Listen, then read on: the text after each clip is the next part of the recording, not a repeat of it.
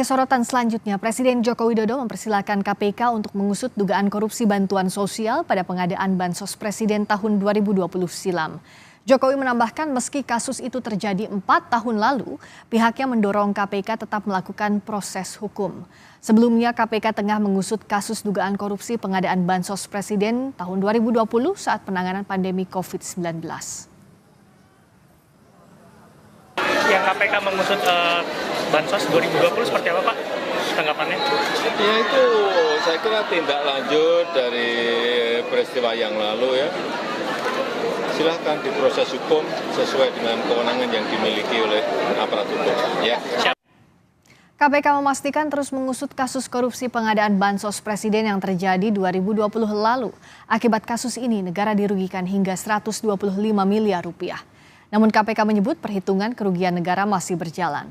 Juru bicara KPK mengungkap dalam kasus ini modus pelaku diduga mengurangi kualitas komponen Bansos untuk kepentingan pribadi.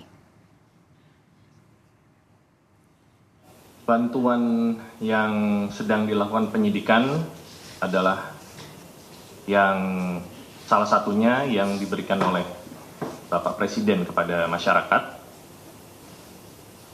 Terkait isi dari Bansos itu sendiri bervariatif, mulai dari beras, minyak goreng, ada biskuit dan beberapa sembako lainnya.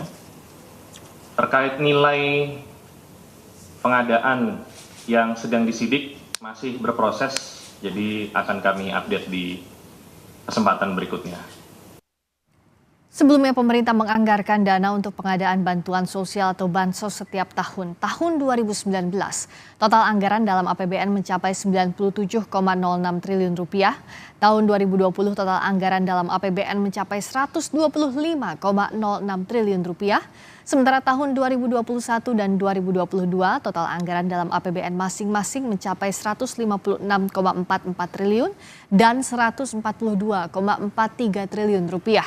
Di tahun 2023 dan 2024 total anggaran dalam APBN masing-masing mencapai 143,57 triliun dan 152,3 triliun rupiah.